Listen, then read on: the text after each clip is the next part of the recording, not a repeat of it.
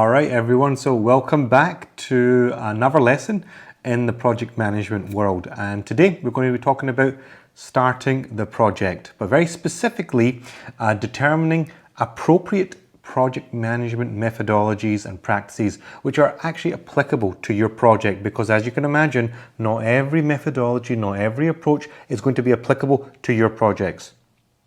And some of the main deliverables in this section that we can expect to see is that we might need to actually give our proposed methodology, our project statements, some guidelines when it comes to agile ways of working. If we've got an implementation plan, how we're going to go about executing our project. And during this time, we need to be applying some expert judgment, conducting meetings with our project team, defining KPIs, that could be SMART objectives, and and thinking about how we could integrate the project as a whole collectively. First thing, business case. Now, without your business case, not much can really be achieved. How many companies have you worked at whereby you don't actually even see the light and day of a business case, which is really unfortunate, because the business case is a document that gives economic feasibility to the project, and every stakeholder would recognize the importance of this project and would be supporting you on this project going forward.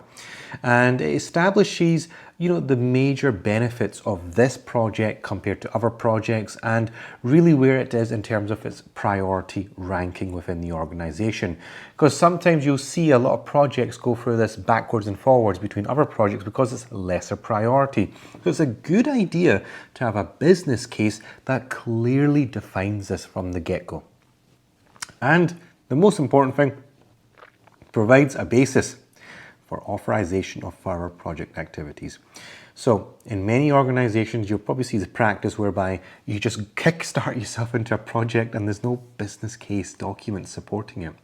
Well, this, within the PMP structure, the business case is an official authorization document that says, yep, go ahead, conduct your project activities. So it's a really important document to actually have created and readily available when your stakeholders ask you for where it is.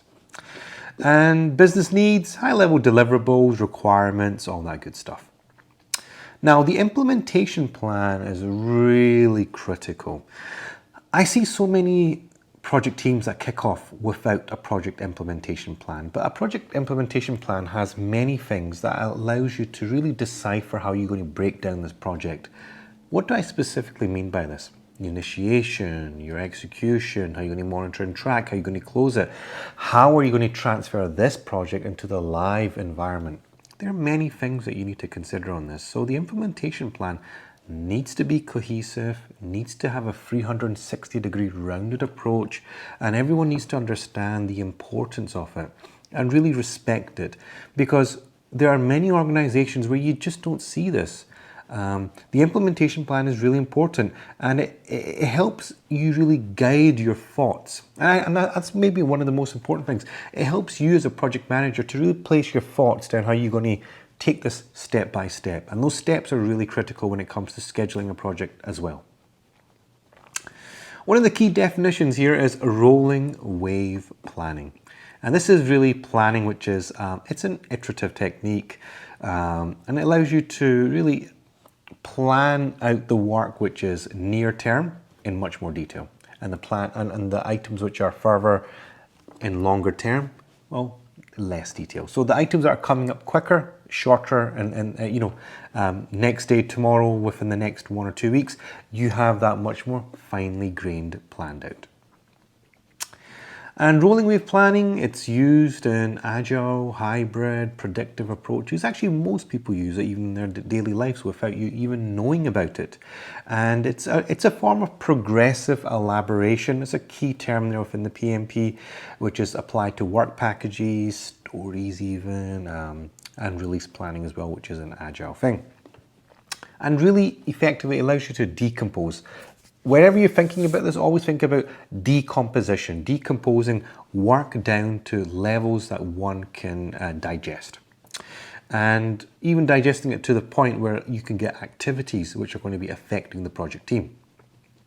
And progressive elaboration, here the devil comes, an iterative process of increasing the level of detail in a project management plan as a greater amounts of information and more accurate estimates become available. So it's an iterative thing, it's a cyclic process again, and the level of detail becomes greater and greater as we get more detail, as we get more information. Now, when it comes to project management methodologies, methods and practices, there are three major ones. Agile, collaboration, empowerment, teams working together, transparency, decentralized control, decentralized decision making, all that good stuff. Predictive plan driven, you can see that's more of your traditional PMP route as we've always typically done it. And hybrid is just a combination of this, you mix and match. And then typically speaking in today's environment, from what I have seen, most companies are using a combination of hybrid from what I can see. And this is quite good because it gives you the best of agility and it gives you the best of predictable and plan-driven approaches as well. And the life cycles, predictive, hybrid, adaptive, it's, some are iterative, incremental and agile. Yes, that is it. But hybrid, mix up with predictive, wee bit of adaptive, it gives you the combination, the best of both worlds. So mix and match to how you feel is best. Predictive life cycle, here's its definition.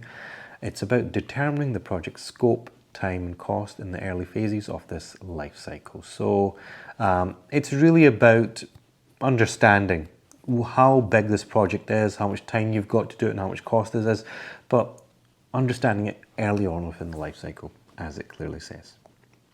And predictive life cycles, you are commonly known as your traditional PMP, traditional waterfall approaches. You go about in a structured, phase-driven manner, just like the PMP teaches you. It's exactly what you'd imagine, waterfall techniques and approaches. Now, adaptive and hybrid life cycles are interesting because you want to use these methods in many different environments, but you as a project manager needs to be able to decipher when is the right time for you to do one or the other, because it might not be the best time. Sometimes you might pick agile in the totally wrong setting, and you might pick a traditional project management in another setting which is completely ill-applied.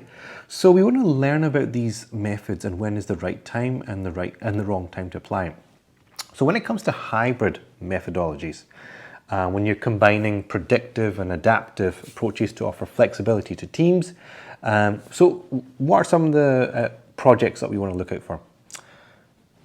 Whereby we're willing to seek new ways of doing things. There's a mix of resource levels, so you've got skills from scattered all over. There's a shorter time frame where you have to be iterative. There's more stakeholder involvement and in-depth requirements. So there's multiple things there at play. Adaptive, this is your agile world, iterative, incremental, agile.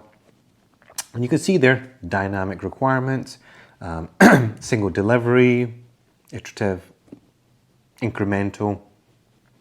The major thing here is that when it comes to agility, it's about working, it's being in time, living within the time.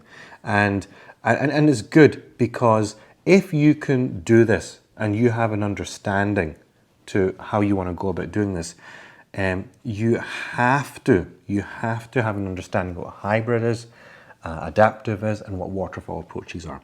This will give you a clear understanding and a clear distinction in which way you want to go forward. Adaptive life cycles, when you're agile, obviously it's iterative and incremental. Iterative, repetition with incremental deliveries. Quite a good phrase to remember for real life delivery as well. Incrementally, determine project scope early in the project lifecycle, continuously assess and modify time cost estimates of the team's understanding of the product increases. Yeah, that makes sense.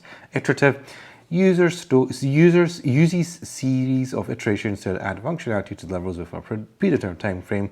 The deliverable is considered complete only after the final iteration. So you deliver it one step at a time. And lastly, the typical use cases. So you want to use some examples, right? You're probably sitting there wondering, all right, that sounds really cool. I've got these methodologies at play here. I've got adaptive, agile, and waterfall. When do I exactly use them? When is the right time for me to use one or the other? So we want to give you some examples here. So agile, well, typically used in most software projects. Think about how many companies you've been at, and the IT team is using agility. Well, it's the right thing to do. And because these projects are complicated, when it comes to IT delivery, when it comes to software delivery, I remember the amount of companies I've worked at, you know, LinkedIn, Amazon, Facebook. There's so much features that are getting delivered. It's very difficult. It really is difficult. So you really need to have a system set in place which really handles all these complicated changes with a framework that can sustain all this damage that's happening. So Agile is perfect for software projects, even intellectual property projects whereby there's some sort of level of discovery.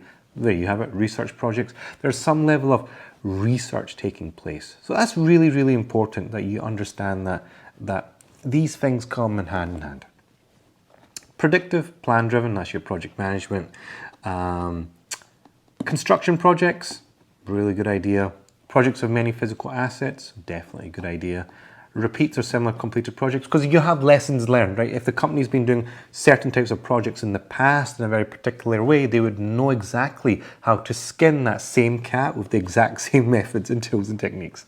So you want to use the same technique. No point going ahead and reinventing the wheel. That's a waste of time, so don't do that. Iterative, projects where learning and correction are expected to eventually reach the ideal solution. So you're really learning, you learn from feedback, right? Incremental, customers or businesses want to expect to see outputs and partial outputs early and often. So this is really about delivering often as much as possible. And hybrid, you mix and match these things, and the willingness to learn these tools and techniques going forward. And the great thing is that when you combine these amazing tools and techniques and approaches and methodologies, what you soon start to discover is that it's all correlating, it's all intertwined, it's all asemiotic. These things work together hand in hand to give you the best.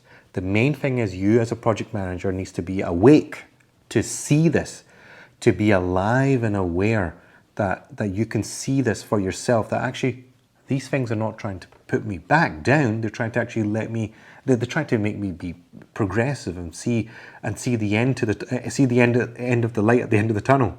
So use it wisely, use the tools and techniques to your advantage, and yeah, there you have it. So there's the typical use cases, and that's what I wanted to say for this module. So thanks for tuning in. If you have any comments, please leave me a comment down below. If you would like to talk about a specific topic, leave me a message down below. Like, share with your friends. Subscribe to the channel is really important. If you like the video, give me a thumbs up. If you hate the video, give me a thumbs down so I know exactly what to produce. In fact, this feedback is very important. It's important for the YouTube algorithm, so I know what to do, what to build, use my time with to building content that is productive, valuable for yourselves. And one favor for you guys is, if you're interested in taking a project management certification or a PMP certification, an agile certification, any sort of certification, and you're looking for some guidance or even some cheap discounts that you can get, drop me a message in the comments down below, and I'll happily give you some discount codes and some really phenomenal places where you can get that career boosting advice, or we can have a one-to-one chat on how you want to take this going forward. So yeah, drop me a message and I look forward to seeing you guys in the next video. Thanks for watching.